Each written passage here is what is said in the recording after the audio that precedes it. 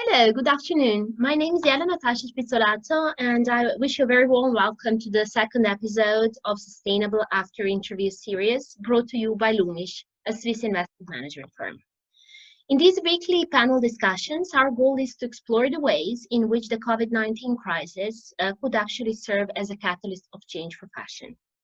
Each week, we'll be hosting conversations with entrepreneurs, brand investors, and opinion leaders from the industry that are working in and around fashion sustainability.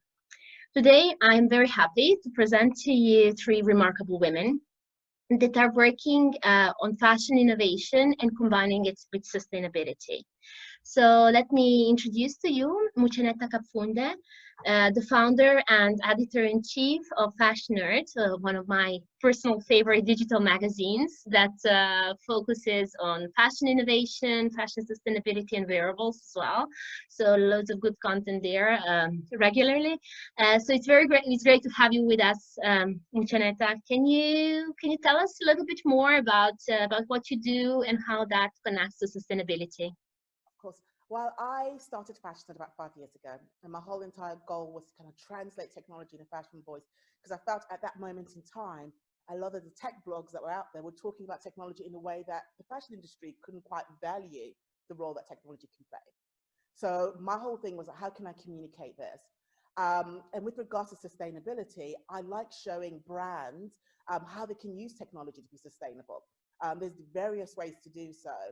From material design, like looking into new materials, or kind of looking at app designs and like apps like Good On You and so forth. So I like to communicate and educate them and give them that information. So therefore they can then take that and then put it forward in their own company and see what works for them.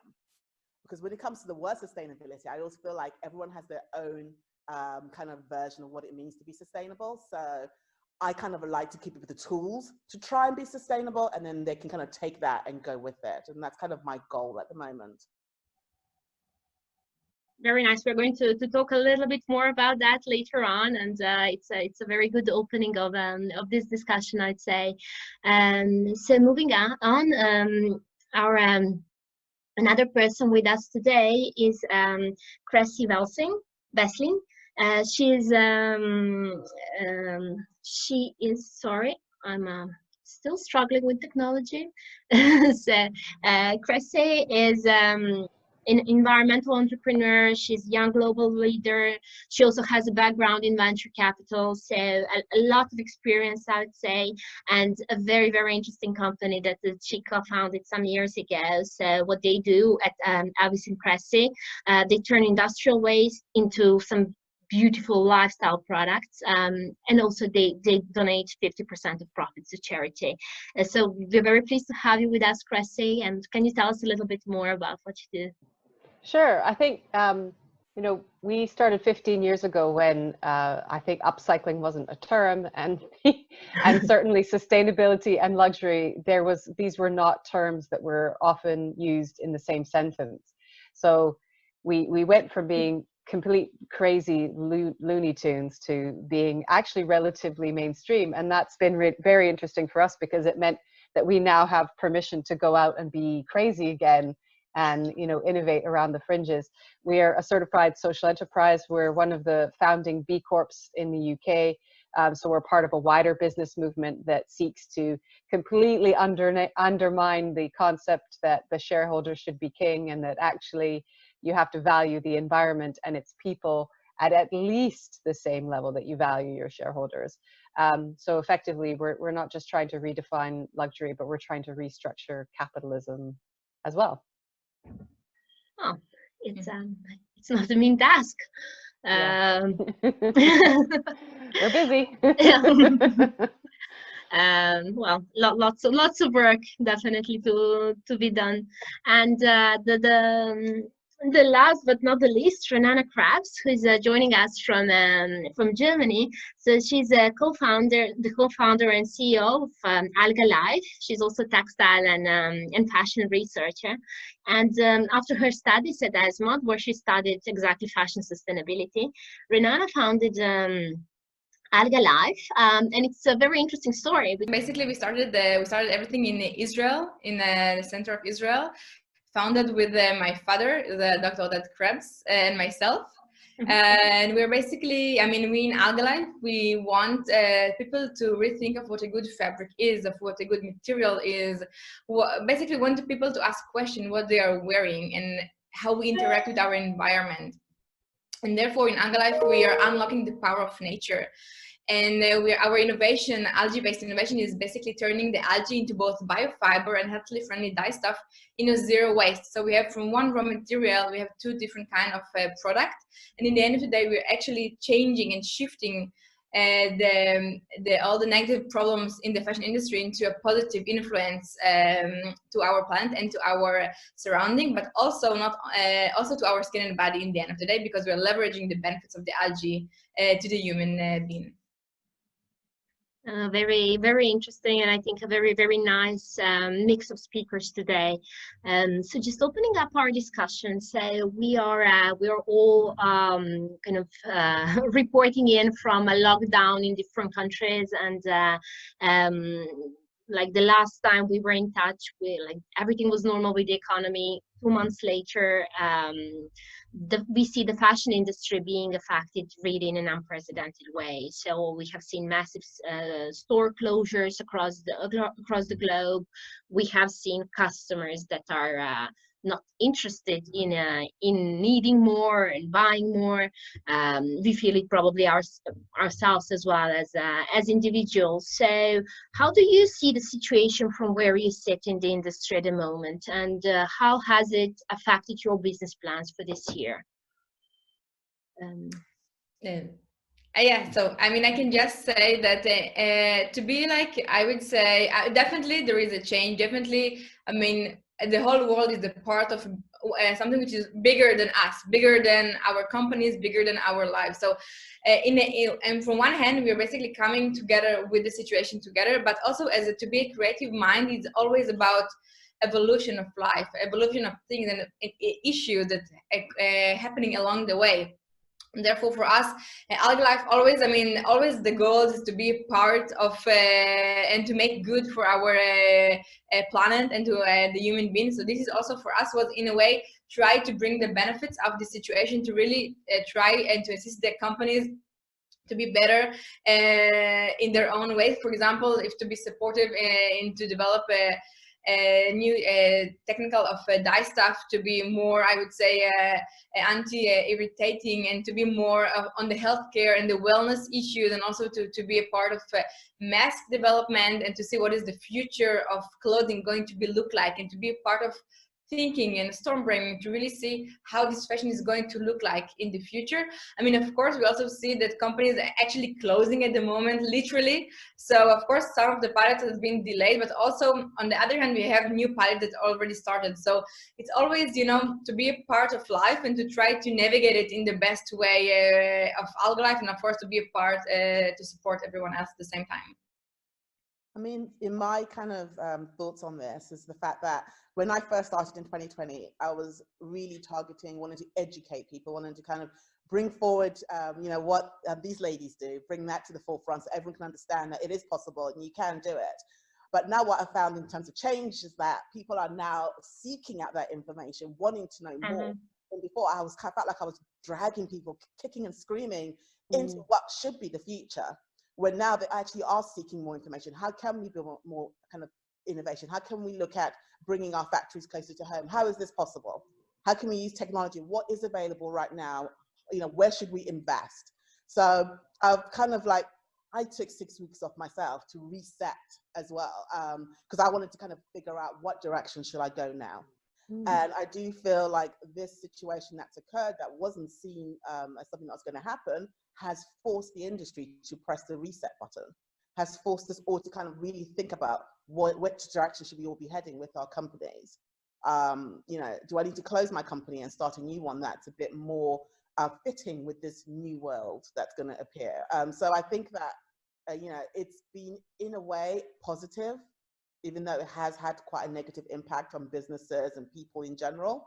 You know, looking at it from a positive angle, it has forced us to really think about certain situations and to really think about the people that make our clothes, you know, to really think about our business and how we can actually change our business models so they are much more friendlier to the planet and the people that live in it. Mm. So it has made us hit the reset button, and that in theory is not a bad thing. No, I think it's an amazing thing. And I did really want to hear what your take on it would be, because I knew that you would be taking this time particularly to think about all the ramifications for all the different businesses. For us, I think there's been some uniquely positive things. So the first is that Elvis and Kresse was always built to be environmentally sustainable, so resilient effectively. And in a time like this, that really shows, because we don't have a huge supply chain that's spread out all over the world. We are in effect our own supply chain. We manufacture all of our own products. So we don't have these orders to cancel and people who won't be paid. We can protect our supply chain. That's also because we are quite a prudent business that looks at, planning for the long term, saving for the long term, and being able to weather and ride out any storms, which a lot of businesses in fashion and in luxury are not designed to do. So we've really noticed that the sustainable resilience that we inbuilt into the DNA of the business is really helping us right now. So that's one. The second thing that we didn't expect to happen, but really has happened, is that our sales are crazy. We're largely an online brand, and we thought that sales in March would just completely fall off a cliff, and they haven't. And we sort of, at first we were wondering why this was, but we kept getting emails from people saying, I can't do this, I can't do that, but I can support companies that do, that live my values. And in this time, we've half of our profits go to charity, and the normal time of the year when we make our donation is about March time. And we went ahead with donations as scheduled, and they were our biggest donations ever. And to the two organizations we work with in particular, Firefighters Charity and Barefoot College, we unrestricted the donations so that they could cover whatever those two organizations wanted to cover. And that meant that those two communities just were so celebratory of the donation that we got all of this additional kind of press and feedback and new customers. So sales didn't go away. And that really, if any big luxury business wants to learn one thing right now, it's that values will win. 100%. Even in a time like this, values will win. And I think the third thing that's really interesting for us is that we are doing this open source design project around building a solar powered microforge that's safe and that can be used all over the world by anyone for free, no patents. This is completely open for the benefit of mankind. And because we started that and are launching that in a time of virtual lockdown, we have found that we get access to all these amazing engineers that are at home going, and all these university students and all of these people all over the world who are finding that they have a bit of thinking time and they want to contribute. I've got oil and gas engineers with 3 PhDs from rural Alberta that because of the oil price tanking, which is they're just like, how do we get involved in this project? And I think that's just a wonderful. Could you tell us, Kresse, a little bit more about the port? So we always wanted to make our own hardware, so belt buckles, rivets, D-rings, things like that. We wanted to do it in a circular way, so that means renewable energy. And we wanted to solve an environmental problem at the same time, so that means tackling the aluminum waste issue that we have in the UK. 16 million aluminum cans get littered every year. 2 billion aluminum cans go in the wrong bin and don't get recycled. And recycled aluminum is 95% more environmentally efficient than brand new aluminum. So we have to cherish this material. So because a solar powered microforge didn't exist, and because 3D metal printing doesn't work for recycled materials and the machines are so insanely expensive, £300,000 minimum, we got together with a bunch of scientists and said, hey, could we do this as a project? And a lot of people said, yeah, this is probably viable. So we applied for a grant. We got a BFTT SME grant that was allocated through University of the Arts in London. And that grant purely pays for the academic team. So it doesn't come to Elvis and Kresse, it goes to Queen Mary University for the academic team that we've put together. And it's allowing us to collaborate with these amazing scientists to design a machine that anyone in the world can use for whatever they want to use it for. Heating systems, recycling plastic, purifying water. And this is a process that we're going to do in the open. open source over the next 18 months or so. So it's basically a complete experiment in equipment design and collaboration and you know, patent-free living, and yeah, so it's an interesting time for us. You know what, Kresse, I'm actually not surprised that your sales haven't been affected, because what I have found when I'm researching different topics for my articles is that brands that are transparent, honest, and kind of got certain values have actually found that they've got people still shopping them and consumers very interested in their products. But the brands that have always played that cloak and dagger game, they're the ones that are suffering the most.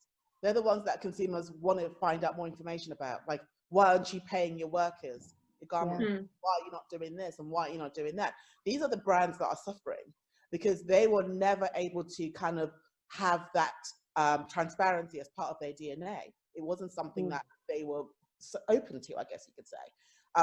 So these are the brands that I find are suffering during this coronavirus situation.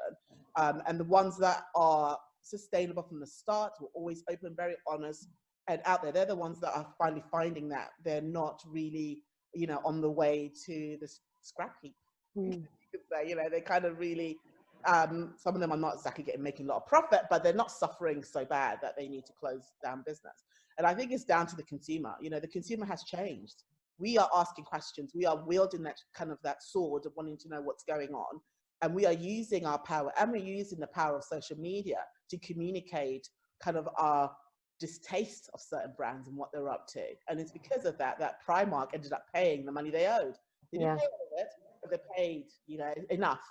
So I do feel like the consumer has changed, and it's down to brands like Elvis and Kresse that are going to be the ones at the top, because they're the ones that are the future of retail, I think. Yeah, I must say that for the Fashion Innovation Award, I've been through hundreds of applications of different companies working in sustainability, in fashion sustainability, luxury sustainability. And what I've really liked about Elvis and Kresse is that you guys really walk the talk, but like throughout, and it's really visible in what you do and how you communicate. It really comes across. And I mean, often in conversations with big brands, I hear them say that, you know, it's always easy to make a sustainable brand from scratch. It's obviously more difficult to dismantle your long and half visible supply chain if you're a huge brand. But it's not easy even to make a startup that is sustainable if you don't put the right kind of thinking and the right kind of approach of it. And I think that the Elvis and Kresse is really a good example of that. So. Hey, you know, I would have no problem taking over a large brand. I would have no problem. You know, everyone talks about small brands sort of being bought by bigger brands. You know, why wouldn't we buy a bigger brand and change them from the ground up? You know, to get the traction that a brand needs to survive. You know, that's 15 years of work that we've already done. That's a lot. That was a huge amount of work. So I agree. But I also think, yes, turning a legacy ship around is hard. It takes courage. It takes courage, or it takes recklessness. And I'm courageous and reckless in equal measure. Renana, just shifting the topic a little bit closer to what you guys do. So, as I understand, you found a very sustainable and holistic way of creating a new material that is environmentally friendly, but it is also very natural, very good on skin, so very healthy in a way.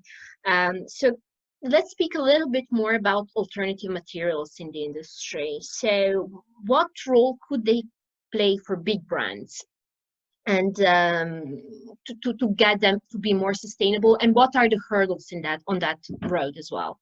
Sure. So I would say I would start and say that the future of fashion starts with healthy materials. First of all, we will need, I mean, just to think about it, all the land we are growing the cotton today, we will need this land to grow food for our growing population. And on the other hand, when we're using synthetics, I mean, we all know the outcome of that, so I will not going deeper in that. So in the end of the day, we need to rethink of what a good fabric is, to really see what the best material that we can use in the future, which will be renewable, healthy grow, And also we will have biodegradable process, and in the end we'll come into a closed loop system. So this is the future. Therefore, we see also a big growth in the bio materials in the textile industry. And also I would say, I mean, this is basically our own point of view of Algalife, that we want to be, in the end of the day, we are enabling everyone to be a part of that. Because we're not just a company that want to be, you know, open our own brand, that want to compete with others. No, we say, hey, let's collaborate. Let's be a part. We are offering everyone to be a part of that. It could be smaller companies, could be bigger companies, and we also see how we engage with everyone on a different path. Because I think also the future of goods is also to customizing and personalizing the materials and the product to the needs of the customers. This is also something that we put it, like, I would say, on the table, because this is also a very important issue to the future of the next generation of products. And so yeah, in the end of the day, we definitely need to look for new materials, not only to be good for our environment, but also to really see how we are I would say engagement into our skin and body at the same time. And this is very, very important to our daily life in the end of the day. Could you tell us a little bit more about how you work with brands? So what does that collaboration look like? Sure. So basically, also connecting to the first question, I think it's also important not only to stay strong as an individual, but for us, it's really important to help others to stay strong, and also starting the other brands currently in the industry to going back, I would say, and to try to bring new materials and new product to the market. So we engage, I would say, in every company is a bit differently, but in the end of the day, we are a raw material company. So we're I would say, the beginning of the supply chain. So in the end, it's quite simple. It's like plug and play. You're just switching the chemicals into a healthy algae-based pigments, algae-based fiber. So it's really in the first step of the supply chain. This is also why it's very easily to everyone to adapt and adjust it, because they just need to change those materials. And I would say also that this is also affect the workers directly, because we also see now evidence of thousands of workers like getting a skin disease and other diseases from fibers process. So this is definitely something which directly we see the result on the workers from firsthand in the industry. So basically, I would say maybe on the last sentence is that we really try to bring all pillars come together, all stakeholders to really work together, from the raw material to production, and also to the biodegradability in the end of the supply chain. Thank you very much. Going back a little bit to what you were saying earlier, Kresse, you were mentioning that you started a company back at a time where nobody was mentioning luxury and sustainability in the same sentence. Kind of going a little bit deeper into it. So you found a very intelligent way to combine waste in a way and luxury craftsmanship on the other side, in making this sort of luxury recycling. So could you tell us a little bit more why you believe it matters in the luxury and fashion industry, and where do you see this going from here? So could it become a trend? Do you see it? Are there any people doing similar things around you? I think it comes down to sort of our wider cultural definitions of success and aspiration, which luxury is associated with, you know. So we have this historic idea of success being financial success. We have this historical idea of aspiration being, you know, to be famous, maybe to be really, really exceptional at something. And I guess what Elvis and I thought was that actually, if success is exclusively defined by, you know, how much money you make, then this is a direct contribution to the extractive, exploitative environment in which we find ourselves as a human civilization. So why not celebrate as the very pinnacle of what you can create and what you can do, something that actually is creative and not destructive in its processes and its pace and its materials. That's why I love what Renana is doing as well, because she's gone back to the very beginning and said, we have a problem with cotton, we have a problem with synthetic materials, we have a problem with toxic dyestuffs that are destroying our ecosystems. Why not celebrate the bioeconomy? Why not look to nature and look at what has always been provided so wonderfully, bountifully to everyone, and think that maybe success should be about regeneration. Maybe success should be about giving back. Maybe success should be about, you know, taking a challenging material and applying all kinds of wonderful and beautiful craftsmanship and into it and turning it into something that everybody wants to cherish and love. And it means that you can actually make quite a, you know, you can make a political statement with a handbag. So we go from having statement bags that were about price to statement bags that are about values. And if a luxury company has any right to exist at all, it should be to make the world better. Because let's be perfectly honest, I'm not cleaning the water supply to provide fresh water to people, and I'm not producing food. You know, a luxury, a bag, a belt, you know, you need to hold your trousers up, you need to have clothes and to stay warm, but luxury goods are not necessities. So the right to exist in this industry has to therefore be completely dependent on you being a net positive benefit to mankind and to the wider environment. And that's what we set out to build. And I think that every day that we keep going, we're getting there.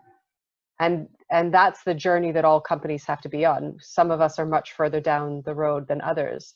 You know, when we started, there were none of these wonderful, beautiful biofabrics. And I do see the future as actually being really, really bright, because there is a lot of innovation here. I just wish that innovation was taken up much more quickly and invested in much more heavily than, let's say, the traditional materials. You know, if you look at some of the budgets that big companies that have in our space, why that isn't actually spent on true innovation, I'll never understand. Why that's spent more on fashion weeks and advertising, I'll never understand. So I do think that maybe this unique time of crisis will help businesses, as Muchaneta has said, to take 6 weeks off, to refocus, and to decide who they want to be in the world. Because after all, these companies are made up of people just like us, and they have to look in the mirror every day, just like we do.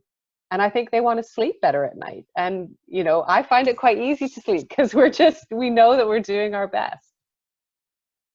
Wow.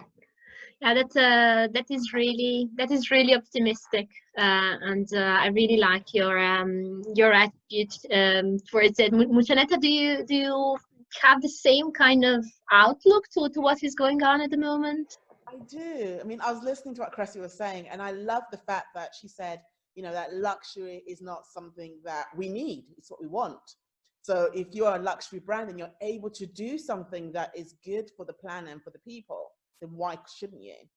And also the fact that she's able to take a material like fire hose, which was considered waste when it's kind of been used and done with, and make it into something. So it's taking something that we all kind of consider waste and we don't know what to do with, and making it into a positive material, like you said, with the aluminium and so forth. So to me, I'm in awe with what they do. And here at Fashion, we love Elvis and Kresse, and we've written about them quite a bit, because I do feel like people need to look at other people and what they're doing and learn from them. And they're just one of the companies that people should, I guess, put on a pedestal and say, oh God, how are they achieving this? How can we learn? Because I mean, if I'm wrong, Kresse, let me correct me, but they're very open to collaborating. And I feel like that is the way forward in general anyway, because we all can't know everything. So if you're able to collaborate with companies and be able to kind of do good, you know, why not do it with someone by your side who knows, you know, things that you might not know? And I, you know, to quote someone I interviewed, they said to me that fashion is in the business of doing good. And this doesn't mean that the fashion industry is good. It just means that we are very good at doing good, coming across and looking a certain way that we think people want us to look like. They want us to look like we are a positive company. We do sustainable stuff. But that doesn't mean that we are doing what we're supposed to do. And I think, you know, that sentence alone really opened my eyes. It made me realize that just because a company is doing good does not necessarily mean that's what they're doing. And I think what the coronavirus is going to do, this particular pandemic, is that it's going to open the eyes to many companies about what doing good is about, redefining what it means to be sustainable, and hopefully going forward, I mean, I'm being very positive here, but hopefully going forward, they learn and they are able to change their ways, even though it will take time. They're open to you know, innovating and spending money on innovation and backing startups with great ideas. And this is what we need to do. It's not going to happen overnight. You know, we can't change an institution overnight. But what we can do, we can start seeing change. Let's say in 2021, we see that they've made a bit of change. And in 22, a little bit more, and a little bit more, and a little bit more, until they've changed their entire business DNA. So I think as long as they're open to change, that to me is a great start. Absolutely. I mean, speaking with people from the industry, from where I sit in the chain, is I also see a lot of kind of drive towards new collaborations, towards opening up and looking at innovation and what you do with completely different eyes. And so speaking with people that are at the forefront of the industry, I almost find it hard to imagine how things could go back to where they were. Although at some point it also feels that everything, if the lockdowns would stop now and people could go out, everything could be reset. I think some companies will be tempted to go back to business as usual. Yes, for sure. It's better the devil you know. So what you know to do is kind of, you know, it's easier to pick up that and continue. So if that ends up being the case, I think where we need to concentrate is education. What are we teaching the future designers? Are we giving them the tools that they need to change how the fashion industry runs? So at the moment, it's run by people of my generation who are not so easy to change. So when we start employing people, let's say 10 years down the road, are they going to have the same mindset of the people now? Or are they going to have a different mindset and have the tools to change the industry? And I think a lot in terms of education, which is very slow in adopting the new ways, is the way forward if we're unable to change the people, you know, of the older generation who, you know, it's like your grandma trying to teach her to use the iPhone is super difficult. But I teach my 2-year-old and she gets it like this. So, you know, so kind of, maybe we should concentrate a little bit as well on our education and review that and see how we can make the changes. Yeah. I think, by the way, it should be from all part of the supply chain. We definitely need the consumers to be a part of it, but definitely regulation, I would say it's one of the most important, especially these days, because when you have regulation hand with hand with consumers and with brands, then we will really see the big influence and the big change is going to be. And hopefully we already see when like we feel it already, we see a bit of start, but we definitely hope that in the next 2 years we will see a bigger shift towards a bigger impact. Absolutely. But collaboration, as you mentioned before, I believe personally, we started from collaboration as a very small company that really grow with collaboration around. So definitely, I would say collaboration is definitely a key word for other startups and also for the future of kind of relationship that we see also in the way we work and in the future, how it's going to look like. Yeah. Yeah, but Renana, could you tell us a little bit more about? So Algalife is a young company, but you have received quite a few of important recognitions in the industry. So, for example, you received the Global Change Award by H&M Foundation and a few others as well. So, obviously, even the big companies in the industry are turning slowly towards biotech, textile, and there is this feeling that it is growing in importance. So could you tell us a little bit more? Where do you see that going? I spoke a few days ago with a person from one very big brand, and they were saying, yeah, it's all very nice, but the problem with biotextile is that the quantities are not nearly enough for us to take them seriously. So we maybe take them for a special collection, so for a capsule or something, but we cannot do the entire collection based on biomaterials because simply there isn't a startup big enough to support us in this. So could you tell us a little bit more about that? Absolutely. So this is I would say this is the crucial point what you just mentioned, because first to a company to be successful, and again the question is what is successful, but I would say that definitely it needs to be scalable. It needs to be scalable enough that, I mean, it's also about I would say the identity of each company, but for us it's important to be a part of the supply chain in the, I would say, to the all wide of the industry, to really be part of that globally. And that means that we really want to see each company, literally each company, each B2B to be part of this solution, like an inside solution. Therefore, specifically for Algalife, the algae is one of the most renewable and fast renewable resource, which means that we have no problem to grow it as much as we need it, because we do not need any agricultural land to grow the algae. We do not need specific kind of conditions. We have solar energy and using only recycled or salty waters. This is also very important. And also we just mentioned before with Kresse about that we see algae all around us in ponds and in lakes and in the ocean. So definitely we see here something as dramatic that can really change. Algae is, I would say, as a concept, could definitely make a huge influence in this industry and also in other industry as well. And I would say scalable is very important, because you are right, we always have this discussion with our brands as well, but because we're also working with other companies, and we definitely have the ability to work and collaborate with the big company to really have the ability to create these volumes that this world needs. But also, it's also a question, because what is the volume that we need? I mean, right? I mean, it's also about quantities, and I mean, there is lots of political questions involving that, but in the end of the day, a business to success should be scalable in one way or another. And this is something that we really try to work around and towards that scalability, because yeah, this is, I would say, the most important specifically these days. And I would say just in general, we definitely see a shift also from the brands itself. If I don't know, if when we just started in 2016, it was like, oh yeah, it's a nice to have, but we're not sure about it. Now it's a must have. We get every day, like I would say the dream that we have, the company that we dreamt to work with, just knocking our doors, because now people see, people understand, people asking the question. And this is also why the brands have to, I would say, answer those questions of those consumers. So it's always working hand by hand with also the part of the supply chain.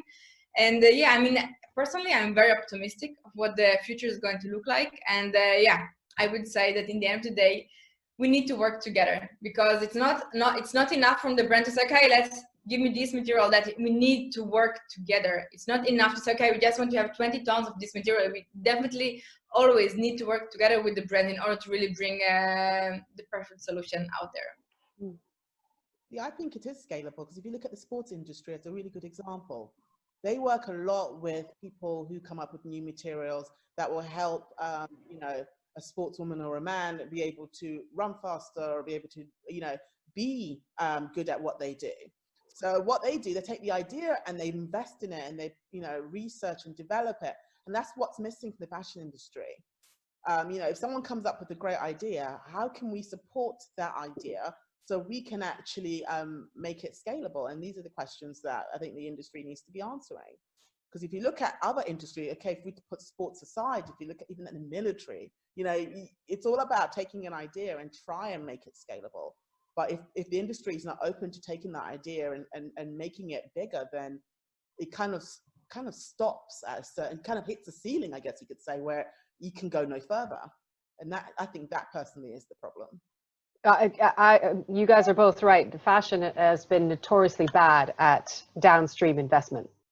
So compared to almost any other industry, they have not fostered R&D. I mean, I'm you know, there's an amazing denim company in the UK, and the founder of that company said, look, like, there's been no innovation in jeans since Levi's put a rivet on it.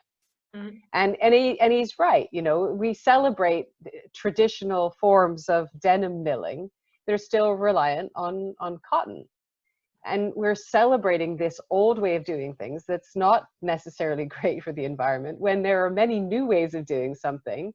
And it's just, it sort of boggles the mind that we have not done this downstream investment. And that's why you have this huge set of startups and that are trying to do something new. And here's where I really feel for Renana, because people are saying, well, when are you going to scale, and when is this material going to be available at scale? Well, if you go to some of the biggest events in the world where fabric producers come to sell their wares, you know, one of them is in Munich, and I went a couple of years ago, And it was sports hall and a convention center after, you know, it was, I have never seen so much fabric in my life, ever. I was almost, for me, as a person who only ever used waste, I found it appalling, right? About 5% of it had any sustainability claim whatsoever. Vast majority of it was man-made synthetic fibers that are just churned out and churned out. So the reason why a lot of the new fabrics are struggling to scale is that existing mills don't want to switch to a new fabric when they know they can sell what they've got. So it's not just an uphill battle, it's an up mountain battle, because you're fighting against an industry that is so huge and so heavily invested in doing things the way it's always done things, that you always have to just constantly keep breaking the mold and breaking the mold and breaking the mold and trying new things. And you're trying to do that in an industry that doesn't like downstream investment. So it's a huge achievement to break through that, even in a small way, even when you can just get to the capsule collection level, because that you have to start there and then you get to the mill level. I mean, even with us, you know, we've come up with a solution for leather waste. We've solved it. And I thought, given that we're a completely transparent workshop, we set up a partnership with the Burberry Foundation. We work with their leather offcuts.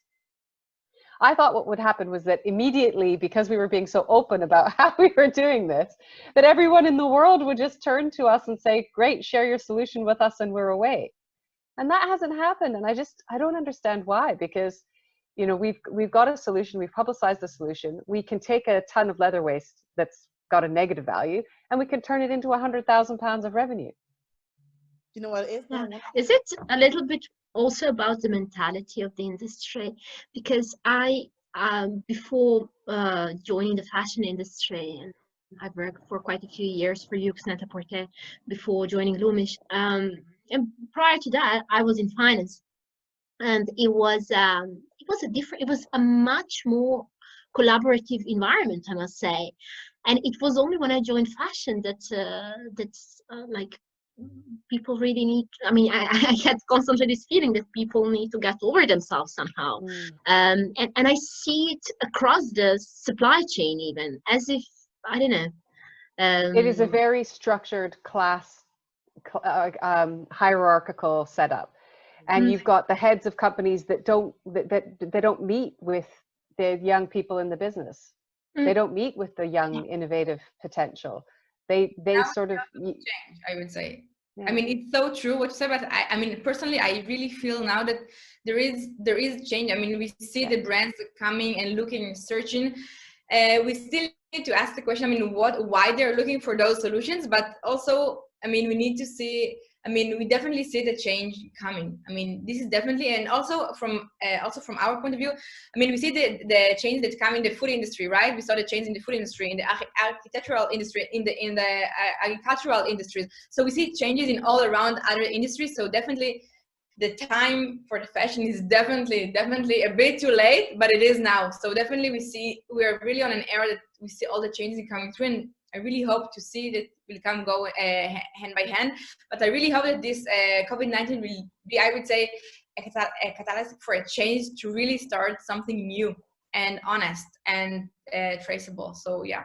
I think the industry is going to change because people like scientists and engineers, they're the ones that are going to change the fashion industry to a degree. Yeah. They're the ones that are going to show us the way of doing good business, of being a bit more conscious of how we produce our products, of being able to treat everybody in that supply chain hierarchy, you know, in a positive manner. So the fashion industry is not going to, you know, do well based on all the Anna Wintours that exist in it. I think it's going to be the people that have got the design elements, the scientific elements, you know, and things like that are going to have the tools to change the industry. You know, to be just a designer is not enough anymore. You need to know the materials you're using. You need to be thinking about how to create those materials, how to kind of create a business that actually will be doing good. And I think that's going to be the way forward. I think the old way of doing it, the Devil Wears Prada way of being fashion, is going to change. It's just not going to happen overnight, but it is slowly but surely changing.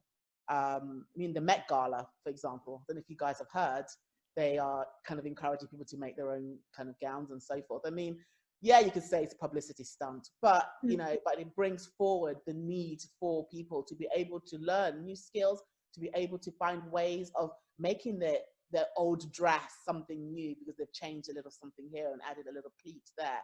You know, so I quite liked the idea of what they're trying to do and how they're trying to bring forward attention to, you know, upcycling and recycling and reusing and so forth. Yeah. I also think, Jelena, that, you know, we have to be hopeful for the Loomish event that you're hosting in October, you know, and maybe the goal for that event should be everyone who's coming that's an investor, everyone who's coming that has an R&D budget, you know, you should get them to sign up in advance to say, I am coming here to invest. I am coming here to actually put money where, you know, where it hits the road and to help this industry go forward. It should be a real goal for it to be a revolutionary event, especially as, you know, hopefully it can go ahead in October and it can be one of the first things that everybody really gets to do after we, you know, ease ourselves out of lockdown. And it should be a point of inflection and a point of change where, you know, we're not talking about the same old stories about this industry, but we're saying, what are the challenges? How do we enable the difference? Who needs money? Here it is. Yeah, yeah, yeah. And let's say that it has been a goal throughout, and to an extent we have managed to fulfill it. But now I think kind of making the leap, it will need to be done in a more structured way.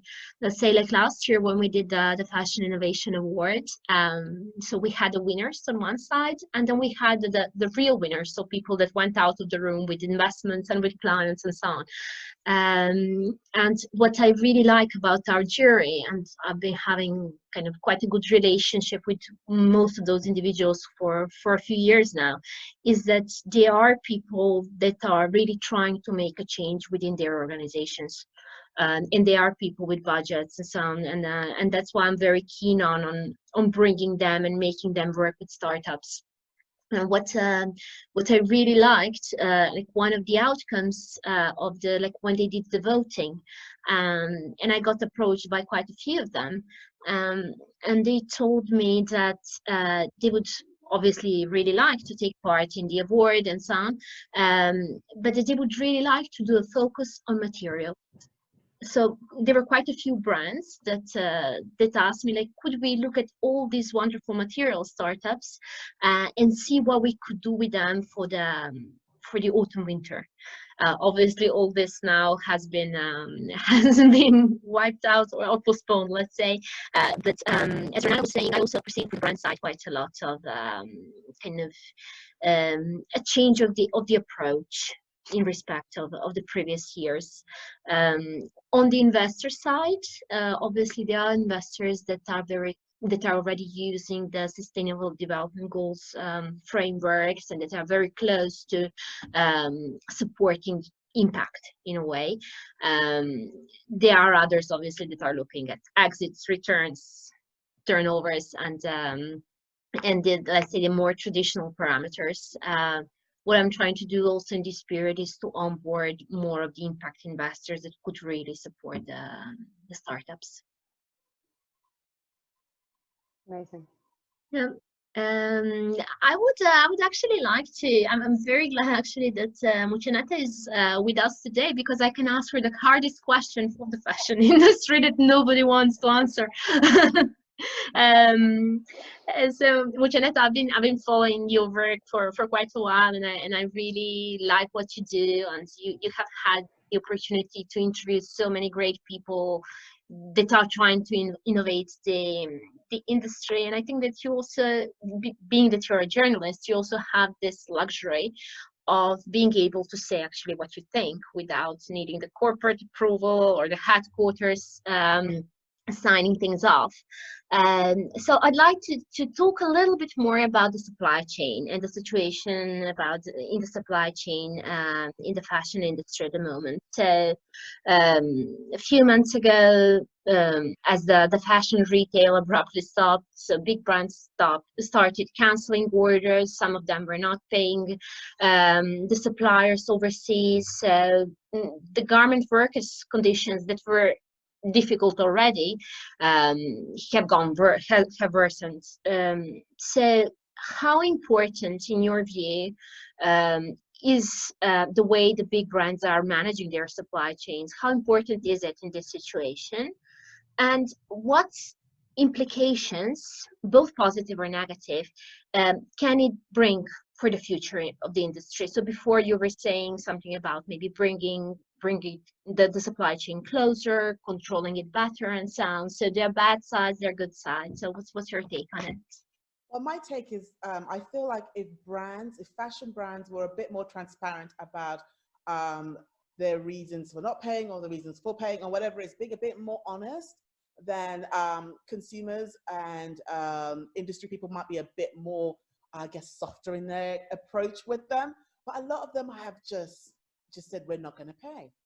And I did a lot of, wrote a lot of articles about supply chain, because I also contribute to Suchi. And what I do for them is that I do a lot of like deep dive articles on the supply chain and what's going on and so forth. So one of the pieces that I wrote about was looking at the garment workers. And for me, it wasn't, you know, kind of hitting them on the wrist and saying to them, oh, you guys are doing so bad, why are you doing this?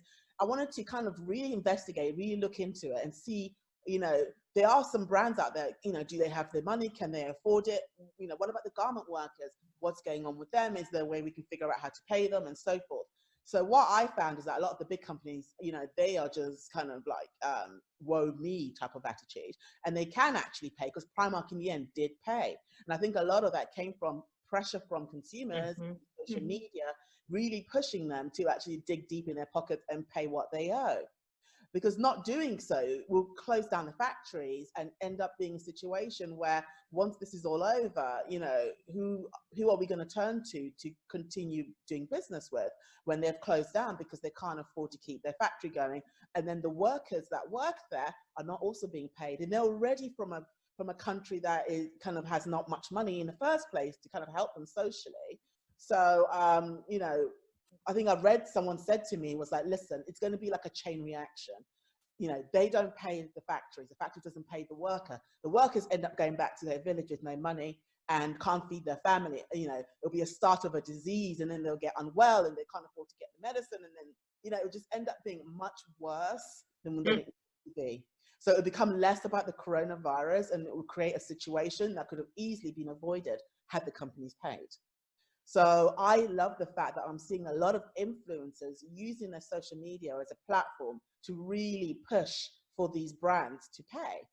Because, you know, the people that live in these countries haven't got like, you know, like a benefit system like they have in London or in England, shall I say, where people can actually turn to the government and get some money. They will actually have nothing. And we're already paying them very little as it is. So the fact that these businesses didn't think that, you know, didn't prepare themselves for certain situations occurring in the future, and, you know, and putting money aside or something, because they're not exactly poverty stricken themselves. I feel like, you know, it is right that we shame them, that we bring them to light and we say to them, listen, guys, this is not on. And I'm always pushing for consumers to use their social media to make these companies pay. Because not doing so is going to break down the system, and we can't go back from that. We cannot get back from that. So in my research and me kind of writing about supply chain and so forth, I want to really highlight not only the problems that we're having, but the solutions as well, and looking at people who are really kind of investigating this area and getting advice from them about how we can go forward. So not only just presenting a problem, but also presenting solutions as well. Absolutely. What I feel like from this conversation and from a few others that I had goes back to one of the points that Renana made earlier today, and it is that actually it feels that the regulation is the missing point. So we have brands that are awakening in a way. We have consumers that are being much more aware, more active, but there is the regulation bit and the governments that seem quite silent about this. The government have the power. They're the ones that can make a change. If it's regulated and they say, you know, we do A, B, and C, and if you can't reach, you know, tick those boxes, then, you know, you get fined. Then, you know, that's the way we're going to change the industry. If you give people a choice of whether they do A or B and they keep choosing A, there's very, very little we can do. So I think the governments do play a really big role in making this work. But the question is, you know, I'm going to sound totally conspiracy theory here, but the question is it to their benefit to put those regulations in? Maybe it isn't. Maybe they, you know, the big companies bring enough money into the country and help the country run, and you know, and the company, you know, the government is like, well, you know, unless things get really, really, really, really, really, really, really, really bad, we're just going to stay silent and just watch from a distance. Because I don't understand why they haven't regulated it yet. There's been so much pressure from everybody, from all the industry, from consumers, and you know, so much research done by various charities about how consumers really want the fashion industry to step up, but yet nothing is really being done in terms of legislation.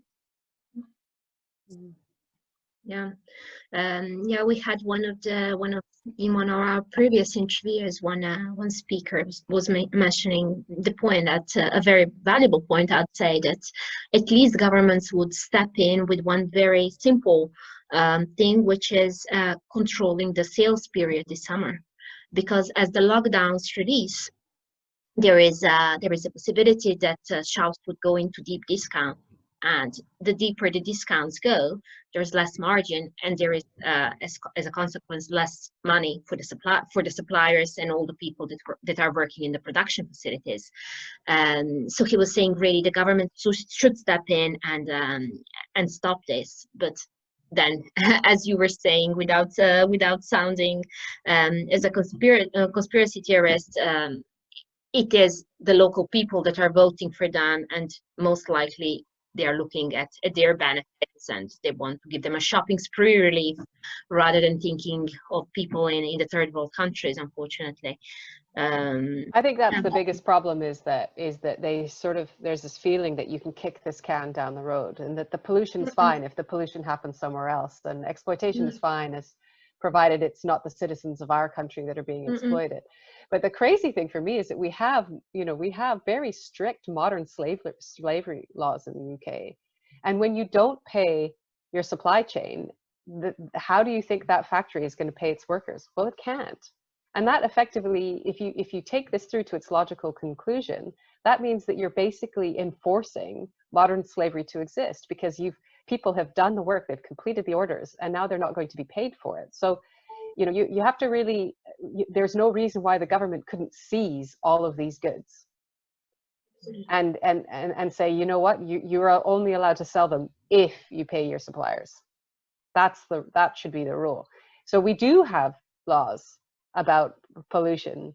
We just don't enforce them. There's an amazing organization in Holland called X-Tax, and I've always loved what they stand for. We tax jobs, right? But jobs are good. Working is great. What we should tax is all of the bad things that happen. We should tax polluters till there's no tomorrow. We should tax fossil fuels until we have a completely renewable system up and running. You know, we don't seem to value the things that we should cherish the most, which are each other and biodiversity and the home that we all share. Absolutely. The Kresse, so just bring our discussion to a closure. So obviously we have seen some positive things of this lockdown. We have heard also many worrying voices that things could go back to normal or even to worse from where we started a few months ago. So what do you think are the key things of ensuring that doesn't happen actually? What does the industry need to do in order to pursue the sustainability path and to get stronger on it? So they have to do what Muchaneta has done. They have to take some thinking time, really think about what kind of organization they want to be 5 years from now, 10 years from now, what contribution they really want to make.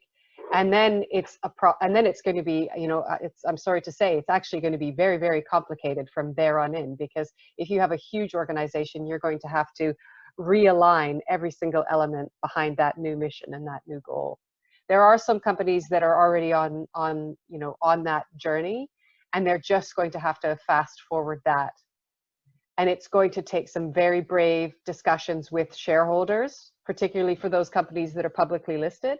It's going to take some very, brave CEOs to, you know, make bold statements and bold promises. And then it's going to take the, you know, the sustainability teams that have always been working really hard to be, you know, empowered to make the changes that have always required. So instead of having your creative team in charge of the new collection, the sustainability team should be in charge of the new collection. It's very interesting that H&M's new CEO is formerly the head of sustainability. That's fascinating. You know, it's a fascinating shift.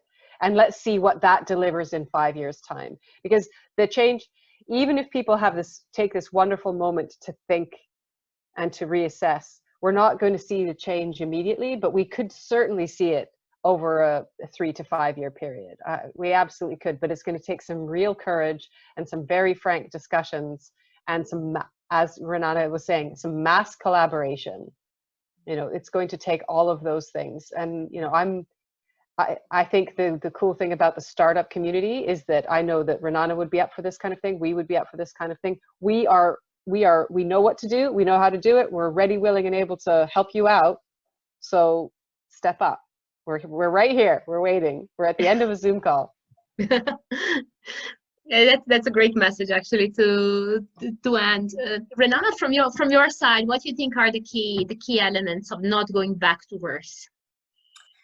I think that first of all is really, I think, to be honest, I already saw it starting before even what is going on with the COVID-19. We saw it already starting and happening. I mean, for me, 2019 was the shifting year in the fashion industry. So hopefully, we definitely hope already in 2020 to see some of these results. So it will be a bit of delayed, but we see, on the other hand, really big collaborations. We see the brands coming back to us and said, okay, hey, what can you offer on this aspect or on this aspect? So I really believe that the startups also need to be dynamic, need to be creative, need to be kind of a part of a bigger picture. And not focusing only specific on what we are doing and want to deliver, rather to really see what the world is needing at this specific moment, and then to adjust our path to this place. So I would say, I mean, also as mentioned before, collaboration is a key word, definitely, in order to all parts of supply chains to really be aligned and work together. So I mean, definitely for me is to continue collaborating and to really be a part of something bigger than the company itself, in order to really bring all parts, I would say, satisfied and happy. And I think also long-term relationship is not a bad word. And I mean, also thinking about the employees and the workers, when we are looking now what kind of relationship we have in this kind of the supply chain, in this industry, we need to invest in a long-term relationship to really secure the employees, to really secure the workers, to really bring something to the long run in the end of the day. Absolutely. Muchaneta, any closing words from your side? I think you actually mentioned it as well. A quote by Lieda called about greed. I mean, I thought that was quite interesting. I don't know if you ladies have read the BOF interview with her in it that I kind of broke down. Basically, she said that the coronavirus is fighting greed. And I think her point was saying that we are so focused on making money as our kind of like our goal, rather than it be sustainability and so forth. And that hopefully what the coronavirus will fight that greed that we all apparently have within us, to want to make money and everything, forget everything else and forget what it does to the planet, forget what it does to the people. I want to kind of make sure the bottom line is good, and actually refocus our direction towards being a more sustainable, being focused on the people, the consumers, the customers, giving them more of a personal relationship, kind of building that relationship with our customers that is more personal and not so money driven. And I thought it was a very kind of good way of putting it and making it, I guess, positive. Kind of showing that the ones that are greedy, they're the ones that are going to kind of end up on the heat. They're the ones that are going to be kind of falling on the sidelines. And those who are kind of valuing the customer, valuing the planet, transparent about their business, they're the ones that are going to rise up.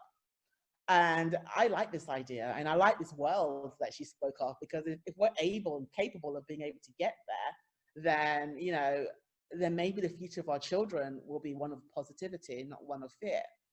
So I think Liaison Call always gives you these really good sound bites and kind of really good, you know, aspirations. And that was one that really stood out for me when she said that coronavirus is fighting greed. You know, you know, if you really look into it, it kind of gives you an idea of why we should change and why change is good. Yeah, absolutely. I read your article, and that's also something that stood out for me. So it sums up very nicely everything we've been talking about and what we are trying to do here. So just closing down, Muchaneta, Kresse, Renana, thank you very much for your time. Thank you very much for your insights. I think we opened up quite a lot of topics. I'm sorry we couldn't go deeper into a few of them, but I'm sure that that our audience found this interesting. And from my side, I'll be working towards enabling some of the collaborations that we talked about. So and let's hope that they happen soon. So for all of you watching us, thank you very much for your time. I'll be bringing these discussions to LinkedIn once a week, each Thursday. So please follow Loomish Essays LinkedIn if you would like to hear more from us. Have a good day, everyone. Thanks. Bye. Thank you.